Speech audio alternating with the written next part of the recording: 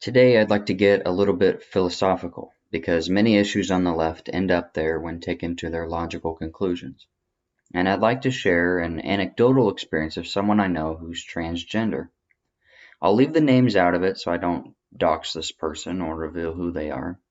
But this person was my friend for over 5 years and someone I had met through working a crappy job when I was like 19. We quickly became good friends and I valued our friendship a lot. After about 4 or 5 years, he came out to the world that he was gay. And that was totally unexpected, especially for him. And it was just really bizarre, to be honest. Because when he came out as gay, he wasn't just like regular gay. He had really far out there preferences in the sexual department. And the more me and my other friends learned about it, he was super flamboyantly gay and beyond.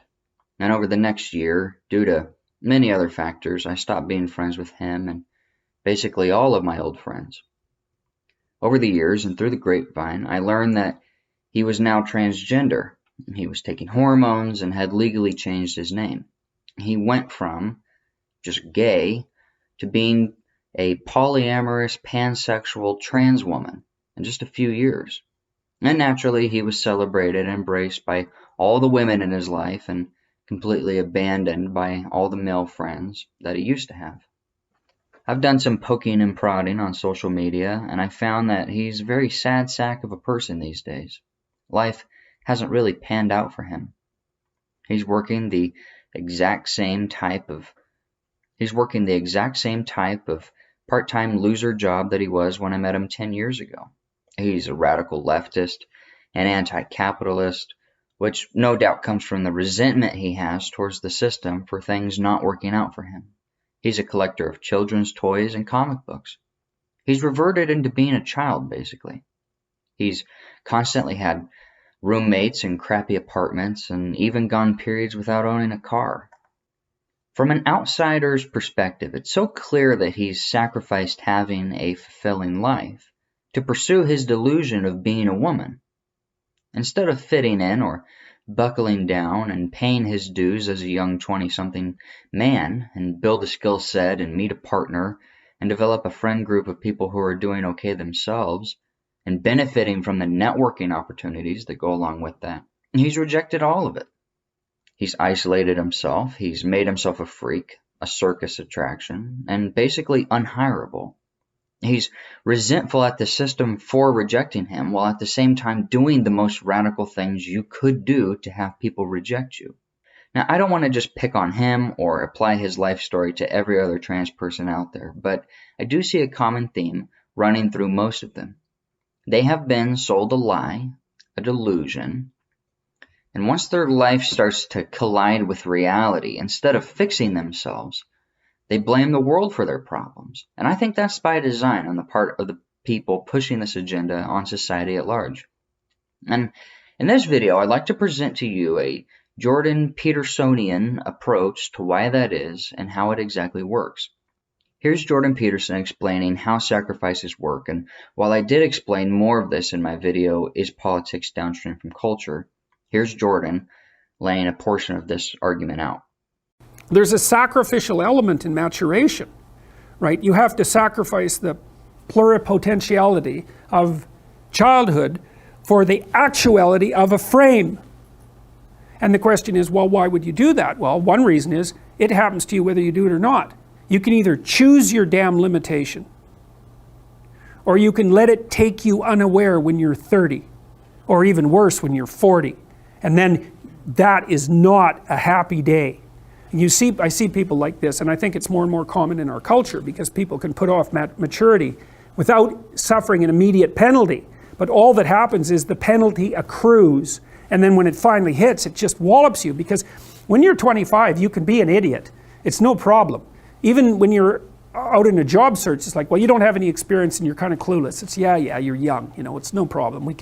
That's what young people are like, but they're full of potential. Okay, well, now you're the same person at 30.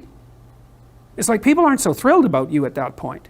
It's like, what the hell have you been doing for the last 10 years? Well, I'm just as clueless as I was when I was 22. It's, yeah, but you're not 22. You're an old infant, right? And that's an ugly thing, an old infant. So part of the reason you choose your damn sacrifice, because the sacrifice is inevitable, but at least you get to choose it. And now you can see exactly what sacrifice my old friend chose in his life. He pursued a fantasy, a delusion, this idea that you could put the magnifying glass on this one small part of your life, your sexuality, and make it your whole identity. Well, that comes with a lot of sacrifices, and it's built on finding happiness once you stay true to yourself and become who you really are. But that's a delusion. That collides with reality all the time.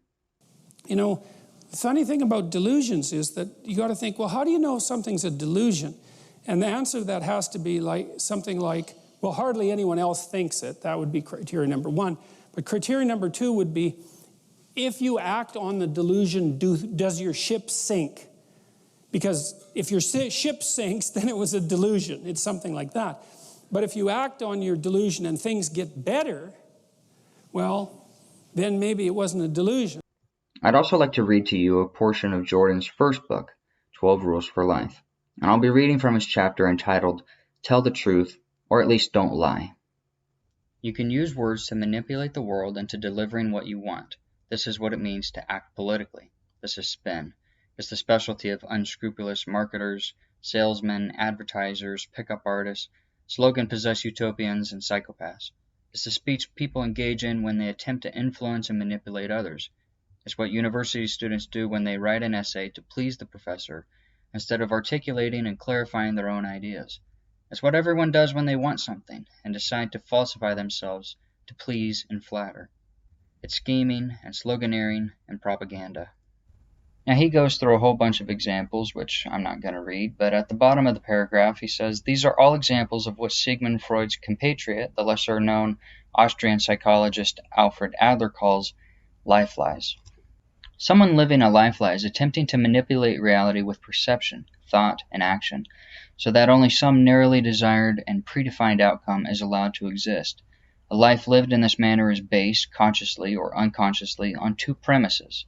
The first is that current knowledge is sufficient to define what is good, unquestioningly far into the future. The second is that reality would be unbearable if left to its own devices. The first presumption is philosophically unjustifiable. What you are currently aiming at might not be worth attaining, just as what you are currently doing might be an error. And the second is even worse. It is valid only if reality is intrinsically intolerable and simultaneously something that can be successfully manipulated and distorted. I've seen people define their utopia and then bend their lives into knots trying to make it a reality. A left-leaning student adopts a trendy, anti-authority stance and spends the next 20 years working resentfully to topple the windmills of his imagination. An 18-year-old decides arbitrarily that she wants to retire at 52.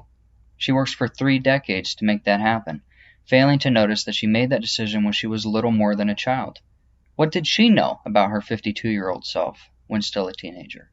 Even now, many years later, she has only the vaguest, lowest resolution idea of her post-work Eden, and she refuses to notice. What did her life mean if that initial goal was wrong?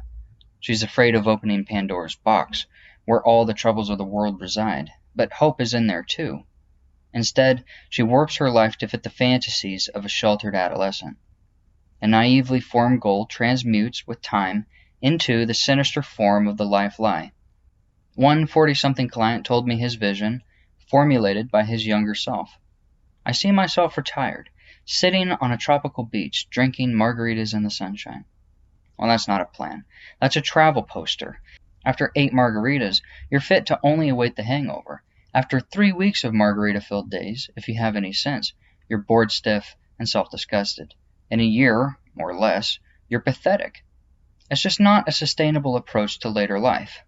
This kind of oversimplification and falsification is particularly typical of ideologues.